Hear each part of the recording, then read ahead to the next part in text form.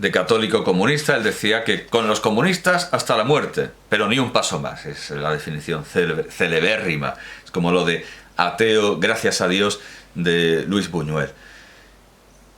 Esta preocupación trascendental religiosa se expresa a veces en forma aforística, según sucede en El Caballito del Diablo, publicado hace años por esta editorial, o cobra una forma discursiva de aire barroco, según muestran otros libros suyos, como Mangas y capirotes y Disparadero español. En el libro que ahora presentamos, La corteza de la letra, que es de 1957, por lo tanto solo un poco anterior a la historia de Ángel Valbuena Prat, a ese volumen de Ángel Valbuena Prat, con lo cual esto puede considerarse como una continuación de la obra que nos estaba esbozando Ángel Valbuena Prat.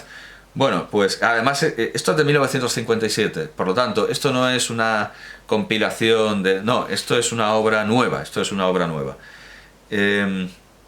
aunque seguramente habrá algo refundido. Bergamín busca el empleo de la palabra que hacen los autores clásicos y los contemporáneos, tanto españoles como extranjeros, y se preocupa por la relación existente entre la pintura y la literatura. Leonardo, Visión de Ortega y Gasset, etc. Quizá el Bergamín más interesante, digámoslo ya, es como crítico plástico, es como crítico de las artes plásticas. Bien, pues esto contiene... Leer, la primera parte del libro comprende leer y releer, aquello y esto, no puede ser más unamuniano. Unamuno escribió de esto y aquello y contra esto y aquello. Atolladeros y tembladerales, entrar en la queda, la edad de Don Quijote, los maravillosos silencios, las cosas incomparables, la incomparable Dorotea, la raíz babélica del lenguaje, dialecto melusino, Don Juan y Segismundo, estilo y poesía. Segunda parte, Leonardo o el rostro invisible de la pintura. La música, la pintura y la guerra, el lenguaje español de la pintura. La tercera es de crítica concreta, aunque Leonardo también lo era. Tolstói y Galdós, Galdós y Goya, el filósofo, la moda y la mujer, la españolidad de Cajal, 1852-1952. Un hombre y un fantasma, Victor Hugo, en 1952. En la muerte de Paul Éluard, tan corto me lo fiáis. Y la cuarta parte, El través del tiempo.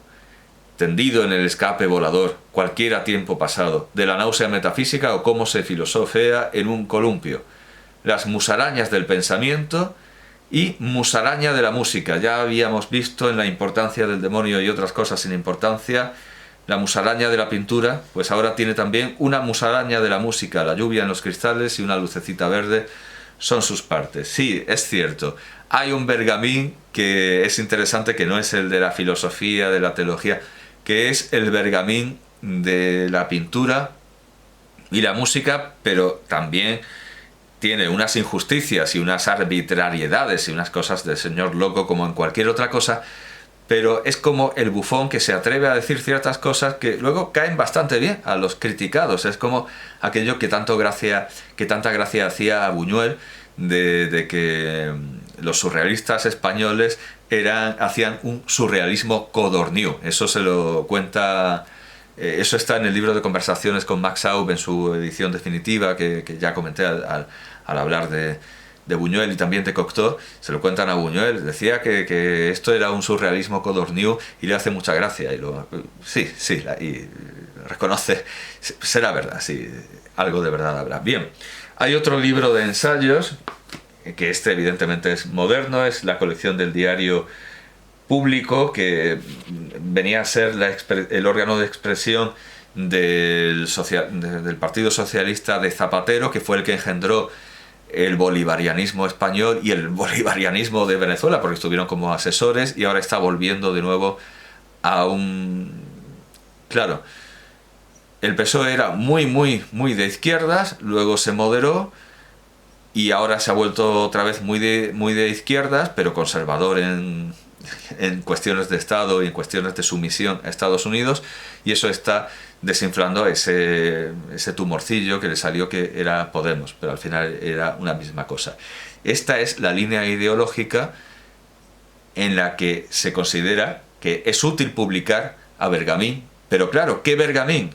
el Bergamín del exilio, no va a ser el Bergamín de HB, no va a ser el Bergamín de R. Batasuna. O sea, a público no le interesa publicar esto porque se le pasa de izquierda. Publica lo que, bueno, aquí lo dice, El pensamiento perdido. Muy bien editados estos libros, desde luego. Estos libros entendidos como agitprop, como propaganda, como lecturas recomendadas, como lo que te pueden dar en el Opus, pues lo que te pueden dar esto es lo que te pueden dar en un PSOE radicalizado que canta la Internacional, no me acuerdo de con qué puño.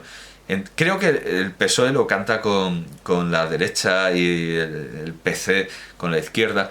Pero bueno, veamos cómo se presenta esto. Por cierto, es que es una edición muy bella. Aquí en la solapa tenemos una fotografía y aquí una pequeña biografía. Una de las tesis que José Bergamín presenta en El pensamiento perdido sostiene que la inserción de las estructuras clericales en el seno del Estado supone el alejamiento de la Iglesia de las bases del cristianismo. Claro, esto le interesa a este PSOE, a este periódico, no le interesa el abertzalismo que se refugia en las iglesias, que le niega los entierros y saca los ataúdes por detrás de las víctimas del terrorismo, pero que acogen los seminarios a los etarras. Claro, y eso no es inserción de las estructuras clericales en el seno del Estado, en ese Estado paralelo que es ETA, que es la banda terrorista ETA. Porque ya lo digo, es que lo que dice Sorel de la fuerza y la violencia es como dice el propio Bergamín, derechas e izquierdas, las del Espectador.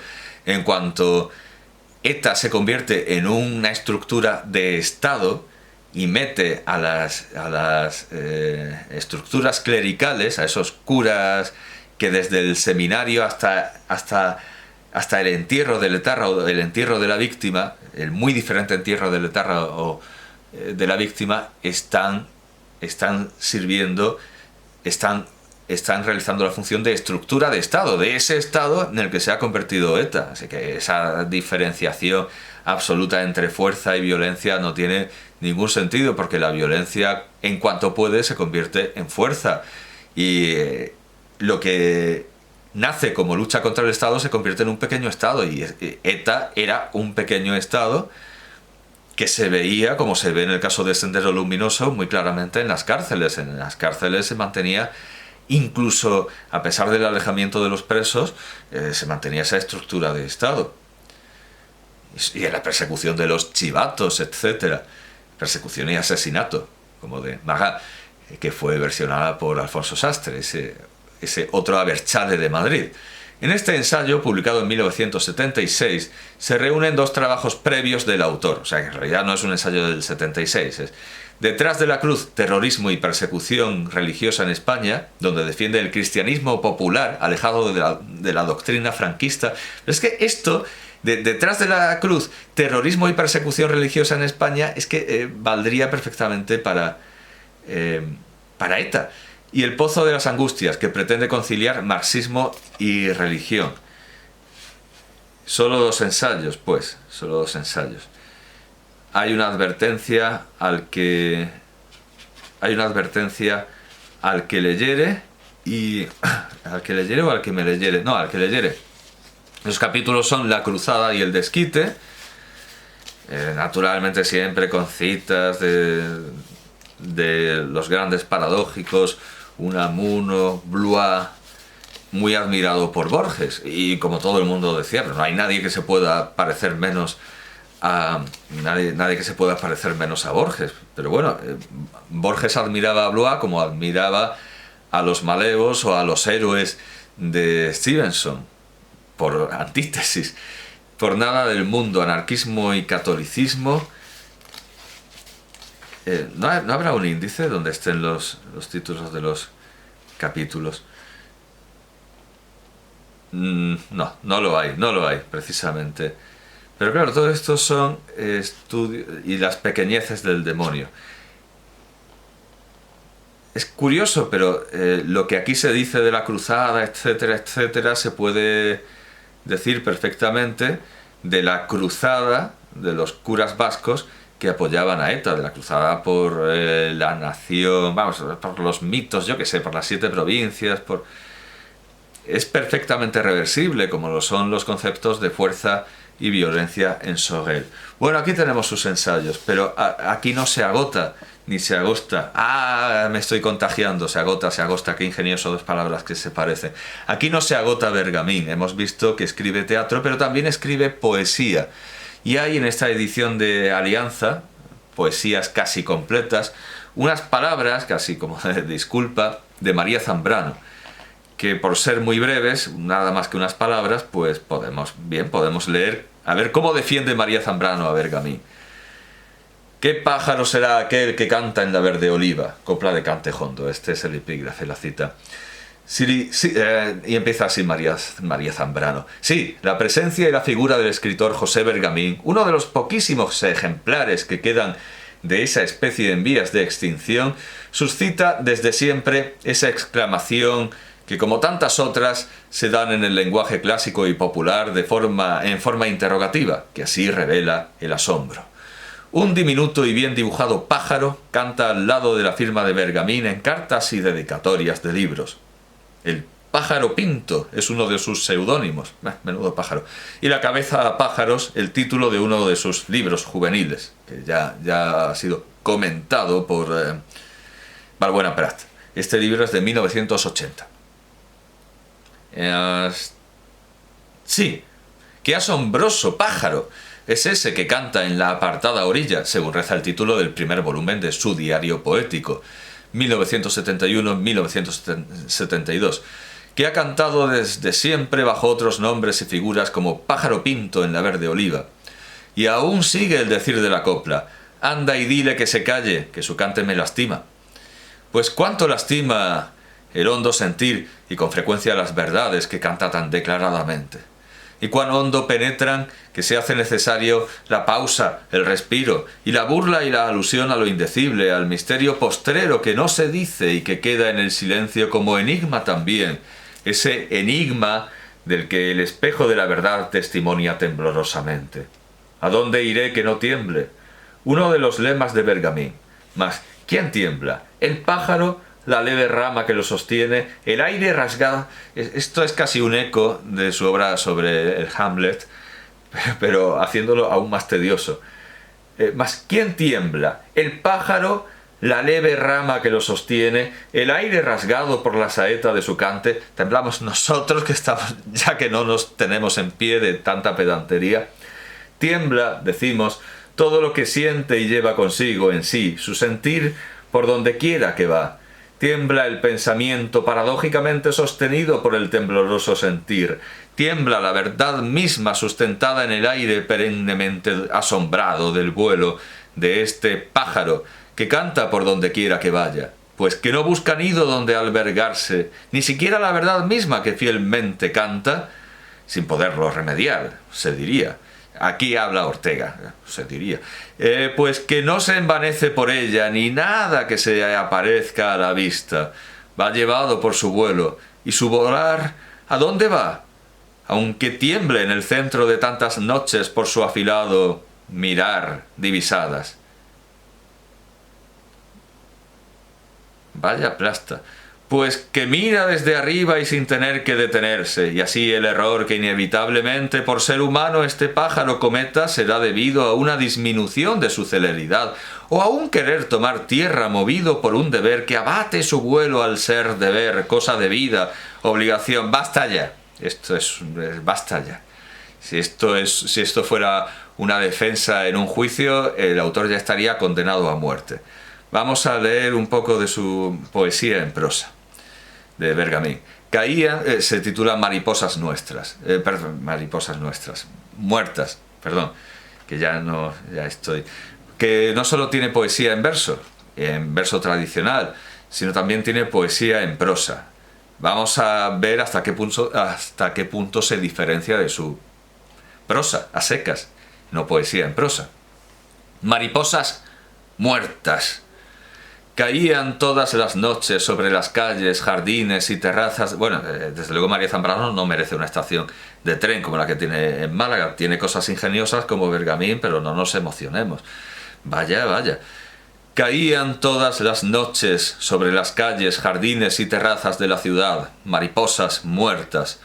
Por las mañanas, desde el amanecer, aparecían estos tristes despojos efímeros, pronto deshechos en el polvo, como pensamientos perdidos en la noche pasada o en sus sueños, huellas perceptibles, si tan leves y oscuras, de una lluvia mágica de diminutas estrellas tenebrosas. Mira tus pensamientos perdidos como esas muertas mariposas nocturnas, muertas pero no disecadas, frágiles reliquias perdidizas de cenizas y de sombra. No clavetees tus pensamientos muertos, atravesándolos con finos alfileres en el recuerdo, para coleccionarlos disecados como encendidas o apagadas mariposas, para complacerte en lo que fueron, porque aún puedas mirar, aunque inútiles, definitivamente inmóviles, sus alas intactas. No entomologices tu vida.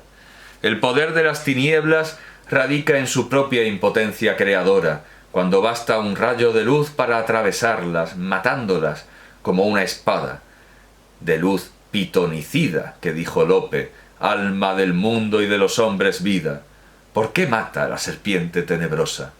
La serpiente, por muy venenosa que sea, nos parece por terrenal más humana que el celeste aguilucho feroz que la hace su víctima, quitándole la vida. ¿Será sólo por eso? ¿Porque como víctima la reconocemos cercana o próxima a nosotros mismos, como a nuestra misteriosa prójima polvorienta? ¿O acaso porque miramos en su movimiento, en su forma y estilo, en su modo y manera de conducirse, siempre terrenales, algo de fino y de flexible, de perverso y delicadamente femenino, modales y estilo de mujer? En cambio, en el águila rapiñera presentimos el deshumanizado horror del puro espíritu, asexual y celeste. Vemos al ángel puramente espiritual, ya sea encendido o apagado, triunfante o caído.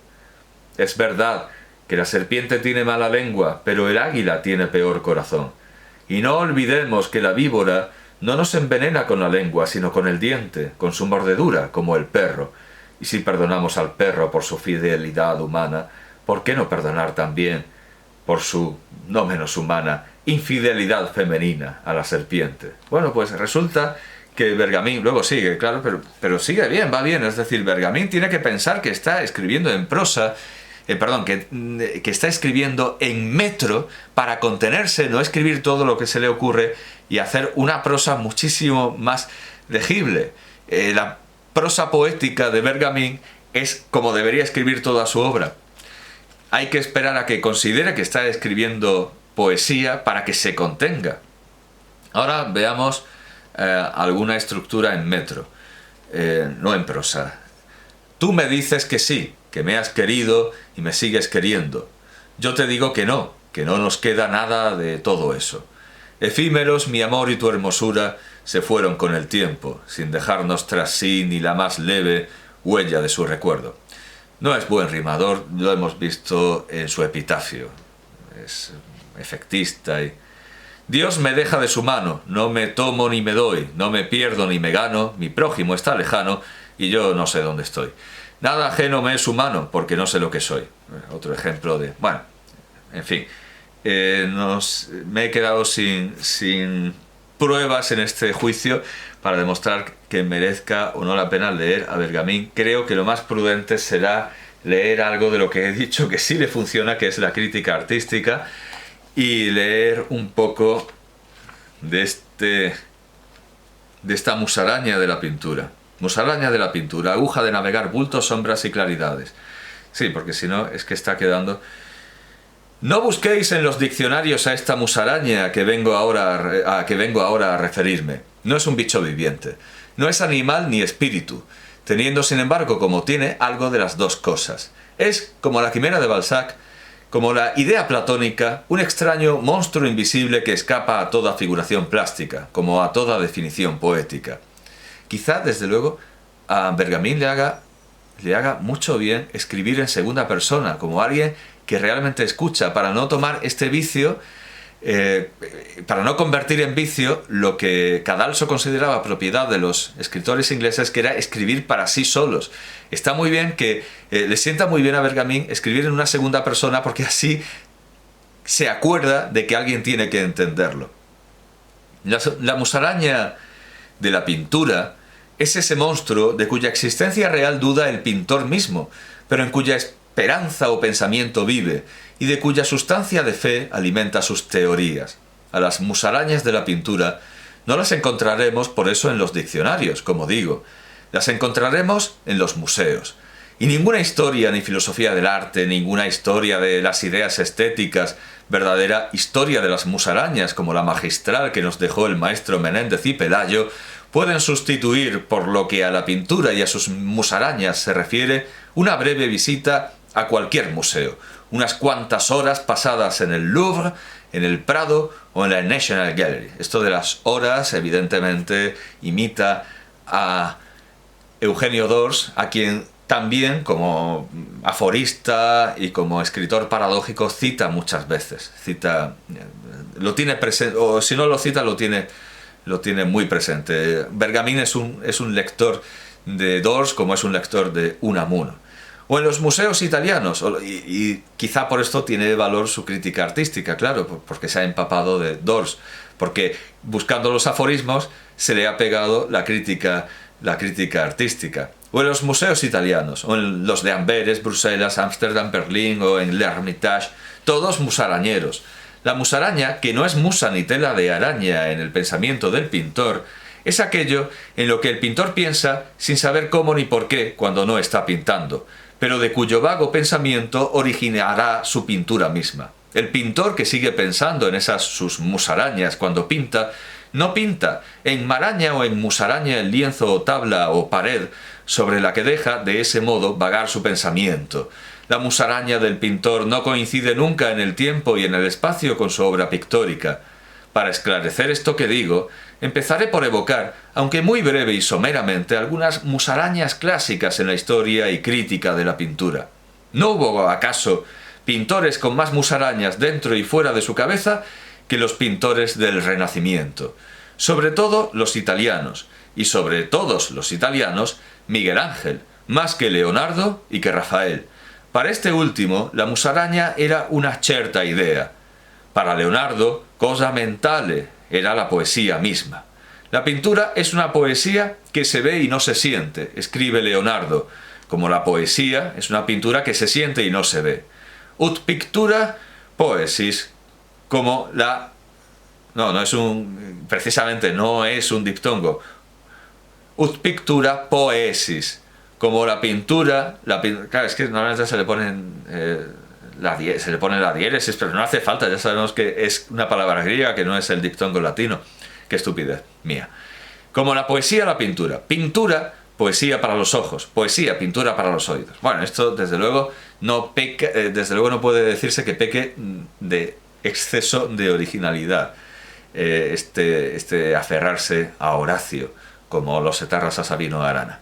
Leonardo, como Rafael, como más adelante Rembrandt o Goya, también los venecianos y el Greco y Velázquez, pintaron más atentos al cómo, a ese cómo de la poesía, que al porqué y para qué de la pintura.